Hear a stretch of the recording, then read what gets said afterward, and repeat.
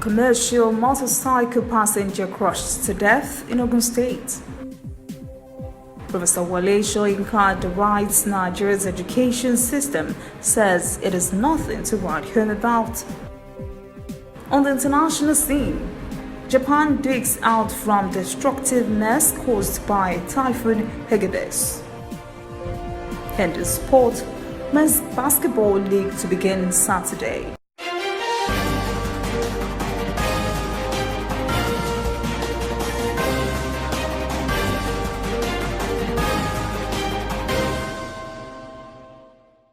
This is ANN News.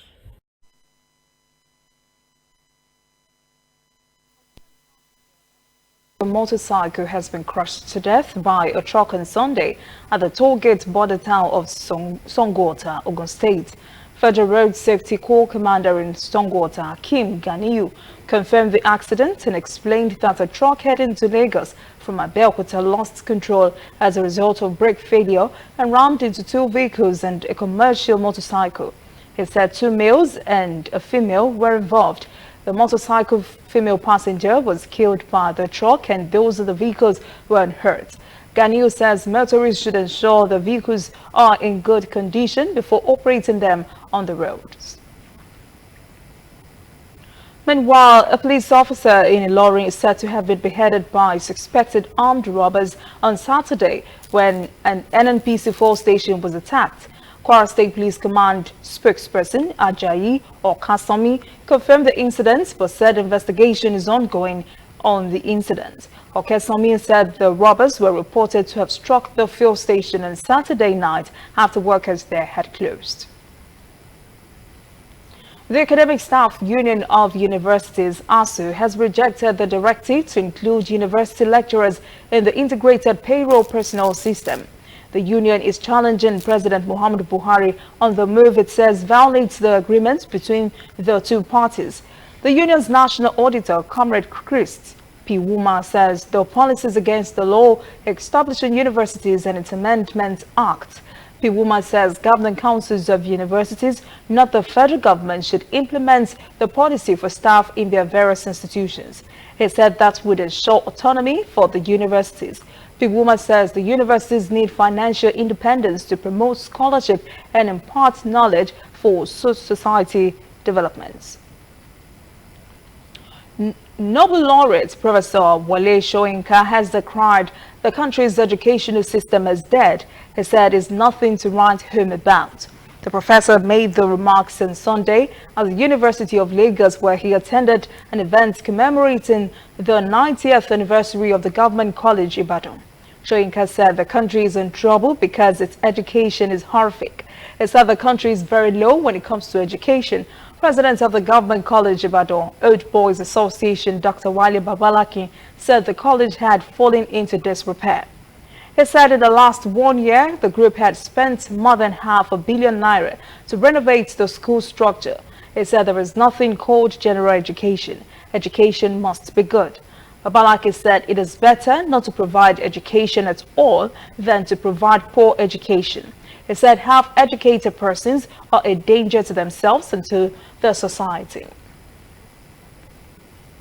The Anambra State government has put in efforts to improve the shoemaking business in the state.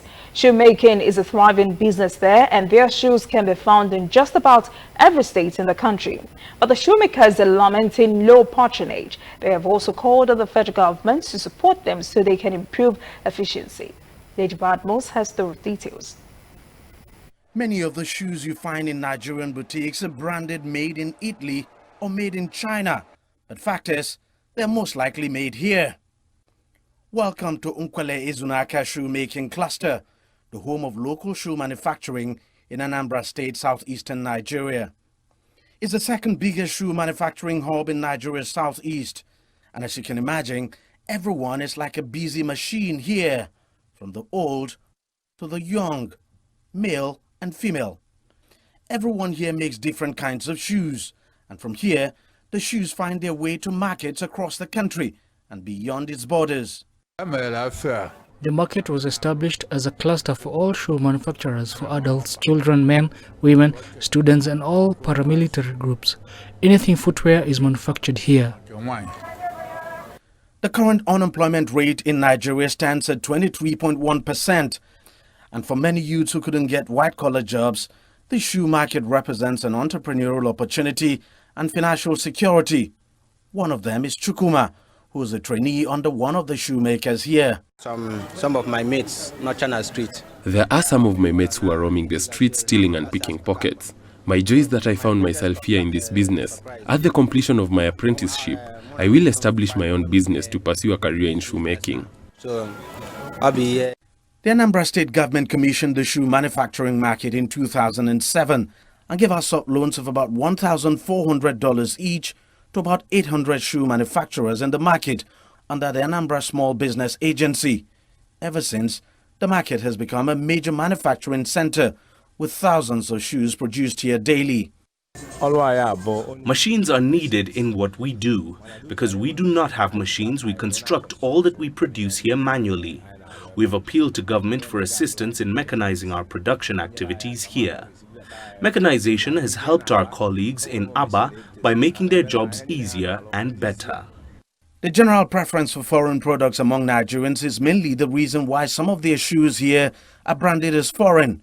It's something the Nigerian government is working hard to change with its Made in Nigeria campaign.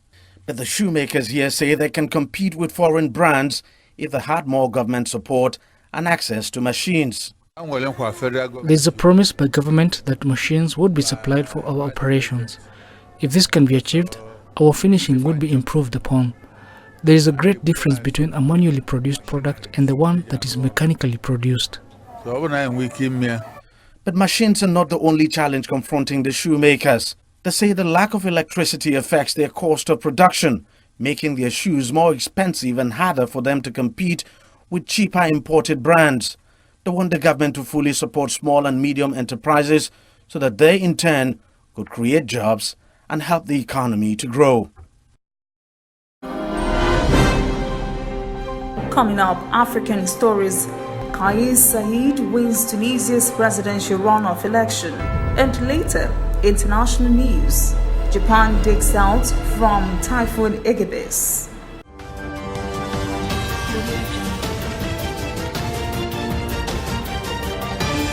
You are watching ANN.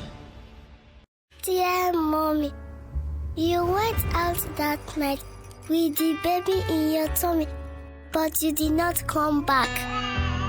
The baby is very fine and she eats and sleeps a lot.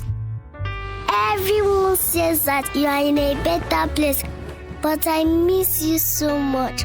I keep asking them, where is the better place? But nobody answers me.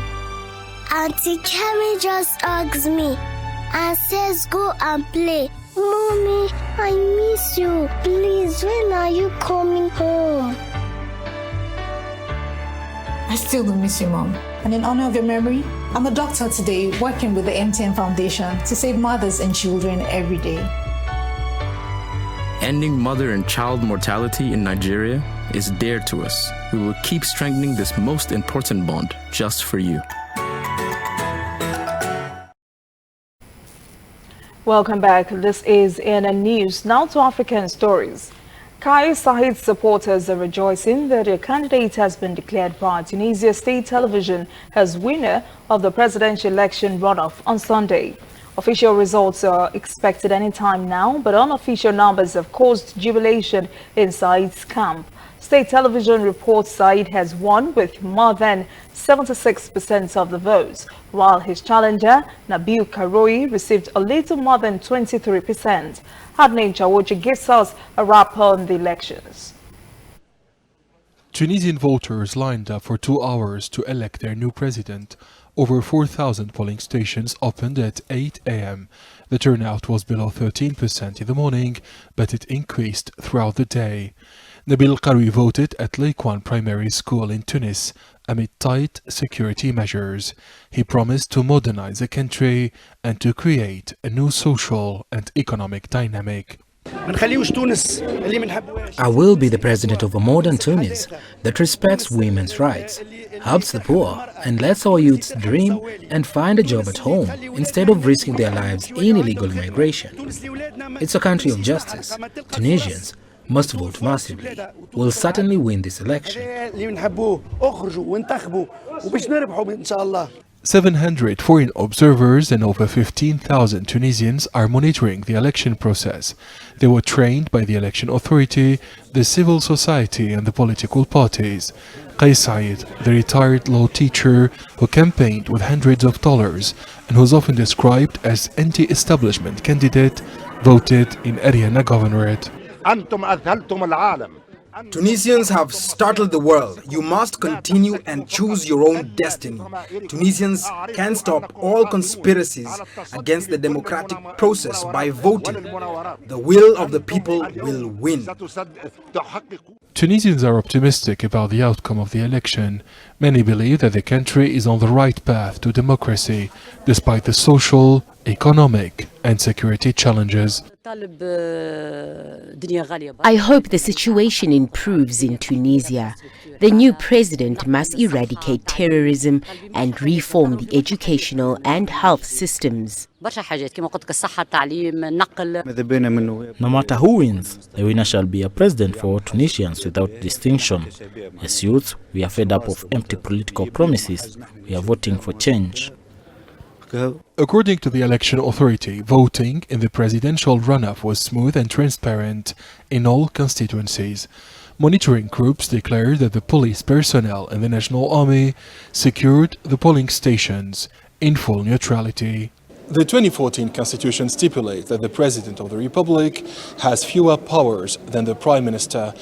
However, the resident of Carthage is still Tunisia's most influential and senior directly elected official. The President will appoint the defense and foreign ministers in consultation with the Premier and Parliament. Mozambique is heading to the polls on Tuesday to vote in the country's presidential elections. Candidates have ended their 43-day campaign on Sunday in preparations for the elections. President Filipe Nyusi is seeking a second term. His Frelimo party has ruled Mozambique since independence in 1975. For the first time in the country's history, 6 opposition parties have signed a cooperation pact to prevent electoral fraud. The main opposition Renano party candidate Osufo Momadad made campaign whistle stops across 4 districts in Nampula province. He also made an appearance in his hometown, Idla de Mozambique. Another candidate, David Simango of the Democratic Movement of Mozambique, rallied supporters in Beira in the central region. Meanwhile, there is speculation that some polling stations in northern Mozambique could be relocated ahead of Tuesday's general election because of an ongoing military operation against Islamic militants.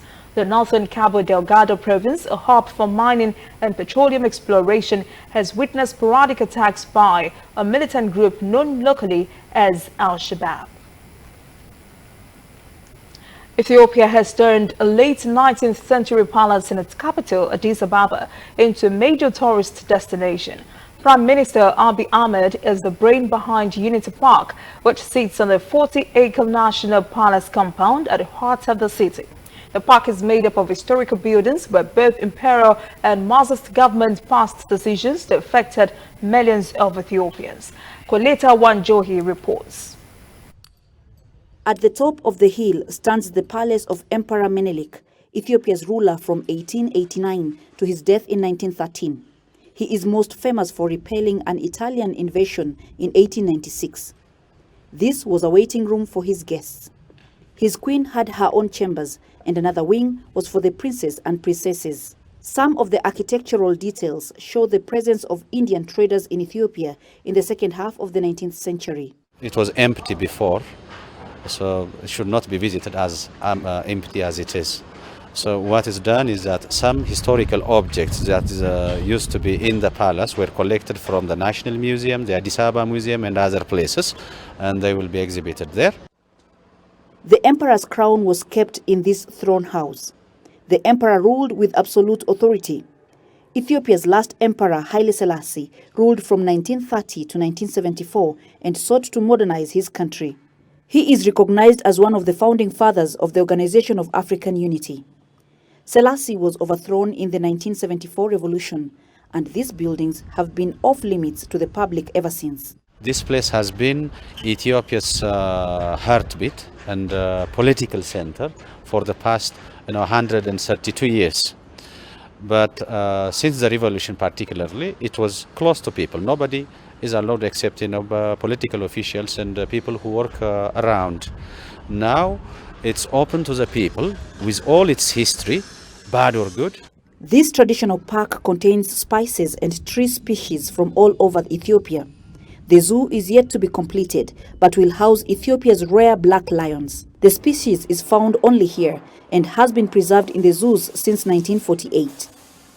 Ethiopia's Prime Minister Abiy Ahmed decided early this year to open up his compound to promote tourism. The project is funded by the United Arab Emirates to the tune of over $160 million.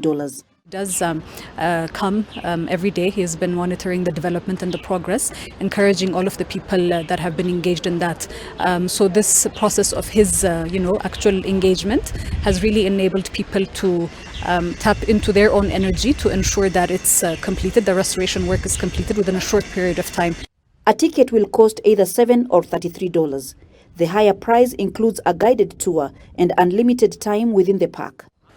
As work continues to beat a deadline of December for full completion, the Prime Minister hopes this project will attract visitors from Ethiopia and around the world. When we return, international news. Japan digs out from Typhoon Hagebe's devastation. And later, sports. Men's Basketball League to begin October 19.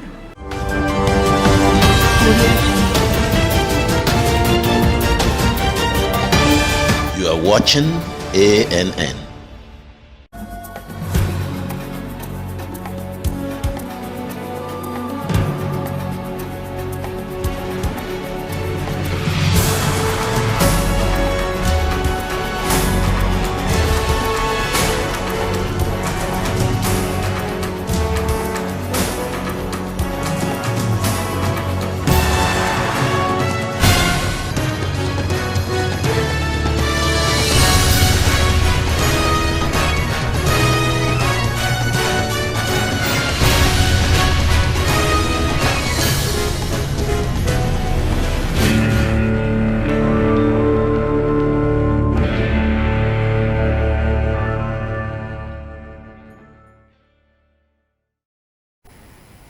Welcome back. This is ANN News. Now to news from around the world.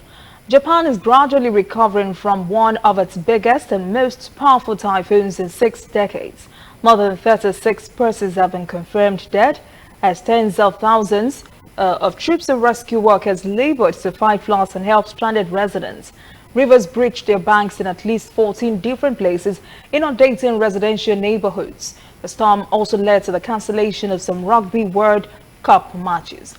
Typhoon Hagibis is heading north and is expected to move back into the North Pacific later on Sunday. Hagibis means speed in the Philippine Tagalog language. President Donald Trump has ordered remaining U.S. forces out of northern Syria. The withdrawal order comes as Turkish forces push further south into Syria. Last week, the country launched its long-threatened incursion into the country after Trump ordered a small contingent of 50 U.S. troops to be pulled back from the border area. This signaled a Turkish incursion was imminent. Republican lawmakers in particular have harshly denounced Trump's decision as a betrayal of the Kurds and a strategic blunder that will weaken American credibility. They said it would also reverse gains against ISIS and make it harder for the U.S. to build alliances. They believe this would also give a boost to Russia, China, and Iran. Defense Secretary Mark Esper did not initially make it entirely clear whether the withdrawal would mean the U.S. troops would be leaving Syria totally or relocating elsewhere in the country away from where Turkish forces are operating. A deal to smooth Britain's departure from the European Union hung in the balance on Monday after diplomats indicated the bloc wanted more concessions from Prime Minister Boris Johnson and said a full agreement was unlikely this week. after 3 years of crisis in London and tortuous negotiations with the EU. A crucial week of last-stage talks could decide whether Brexit is orderly, acrimonious, or delayed yet again. Johnson says he wants an exit deal with the EU to allow an orderly departure on October the 31st, and that if one is not possible, he will lead the United Kingdom out of the club he joined in 1973 without a deal. This is in spite of a law that months he delayed. EU and British negotiators met over the weekend in an attempt to reach a breakthrough. EU ministers will again meet in Luxembourg before leaders hold a summit in Brussels on Thursday, when they could sign off on any deal that might be reached or even discuss offering Britain an extension. Johnson is set to face Parliament on Saturday, and that would be the first such meeting since the Falklands War in 1982. Chinese President Xi Jinping has warned on Sunday any attempt to divide China will be crushed as Beijing faces political challenges and months-long protests in Hong Kong and U.S. criticism over its treatment of Muslim minority groups. He says any attempt to split China will inevitably fail. President Xi made the remarks in a meeting with Nepali Prime Minister Kanja Prasad Sharma Oli in Kathmandu. The Nepali Prime Minister said his country firmly adheres to the One China principle and will never allow any force to use its territory to carry out separatist activities against China. In his meeting with the chairman of the Nepal Communist Party, President Xi thanked Nepal for its support on issues related to China's core interests. This is the first visit to the country by a Chinese president in 23 years. Xi Jinping also met with his Nepalese counterpart, Bidya Devi Bhandari, and called for the construction of a trans-Himalayan connectivity network. Bhandari held a welcome banquet for the visiting president and said Nepal wants to play an active role in the Belt and Road Initiative. This short visit produced a 14-point joint statement. China and Nepal are upgrading their ties to a strategic partnership of cooperation.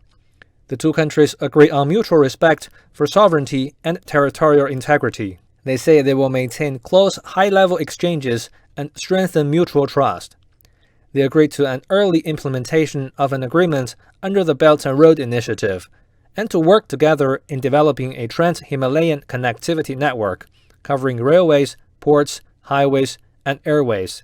Nepali representatives will attend the second China International Import Expo, as the two sides look to strengthen economic cooperation and improve the livelihoods of people in both nations. Still to come, sports, men's basketball league to begin Saturday. Please stay with us.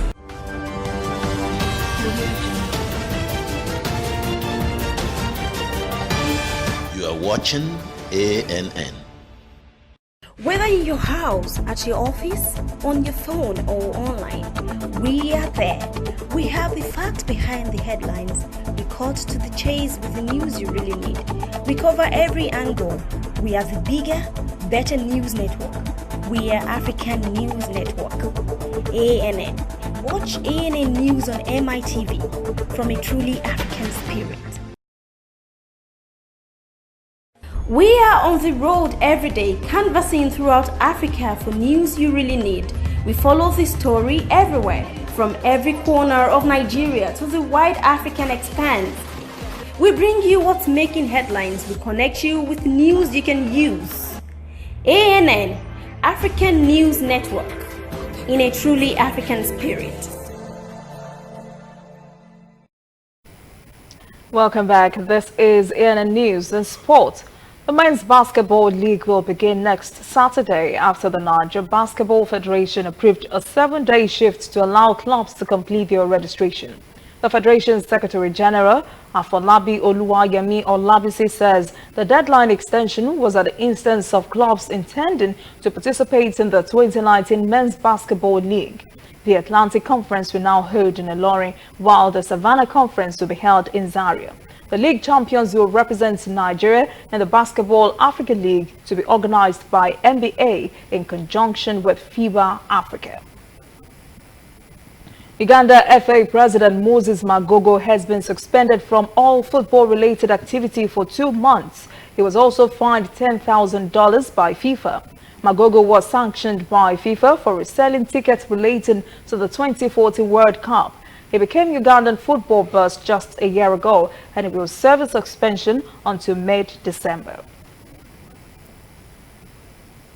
That is ANN News this evening. Thank you for joining us. For details on these and other breaking stories, visit our website, annafrica.news.